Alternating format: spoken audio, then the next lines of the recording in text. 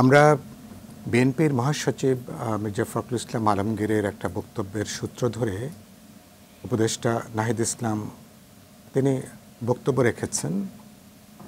বক্তব্যটা তিনি অপ্রাসঙ্গিকভাবে 111-এর প্রশ্ন তিনি উত্থাপন করেছেন এবং যেটা যথেষ্ট উত্তেজনার তৈরি করেছে। বক্তব্যটা অনাকাঙ্ক্ষিত এবং অনেকখানি হলো অনভিপ্রেত। কারণ হচ্ছে যে মানে এ ধরনের, এবং এটা সরকারের একজন উপদেষ্টা হয়ে সরকারের দিক থেকে এ ধরনের বক্তব্যটা খুব দায়িত্বশীলতার পরিচয় বহন করে না। আমরা নানা প্রশ্নে নিশ্চয়ই অভ্যুত্থানের পরবর্তীকালে আমাদের মধ্যে নতুন পর্যায়ে ইডিওলজি নিয়ে বিতর্ক হতে পারে, রাজনীতি নিয়ে বিতর্ক হতে পারে, মতাদর্শ নিয়ে, কর্মসূচি নিয়ে নানা প্রশ্নে বিতর্ক হতে পারে। কিন্তু যে বিতর্ক আন্দোলন অংশীজনদের মধ্যে, অভ্যুত্থানের সপক্ষ শক্তির মধ্যে যদি অনাকাঙ্ক্ষিত দূরত্ব, বিরোধ, বৈরিতা তৈরি করে, আর সেটা কিন্তু মানুষের দিক থেকে সেটা প্রত্যাশার জায়গা না, মাত্র 5 মাস 5.5 মাসের ব্যবধানে।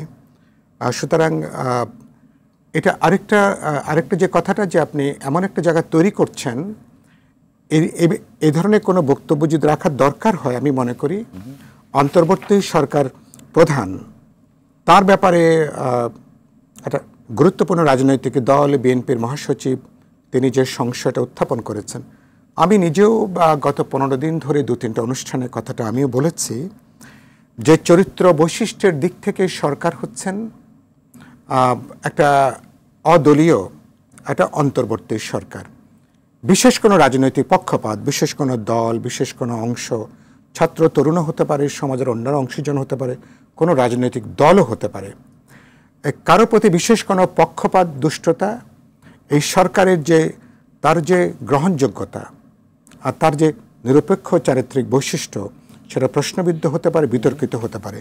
কারণ এই সরকারটা আমাদের সবার সমর্থিত সরকার, এবং এই সরকার অন্য সময়কালের মতন সে ধরনের সরকার নয়। তো কারণ আর সরকার যদি বিতর্কিত হয়, তাহলে এই সরকারের অধীনে আগামী যে জাতীয় নির্বাচন, সেই নির্বাচনে কিন্তু প্রশ্নবিদ্ধ হয়ে পড়ার, সেই নির্বাচনে বিতর্কিত হওয়ার ঝুঁকিটা কিন্তু বাড়বে। গুরুত্বপূর্ণ প্রশ্নটা কিন্তু এইখানে।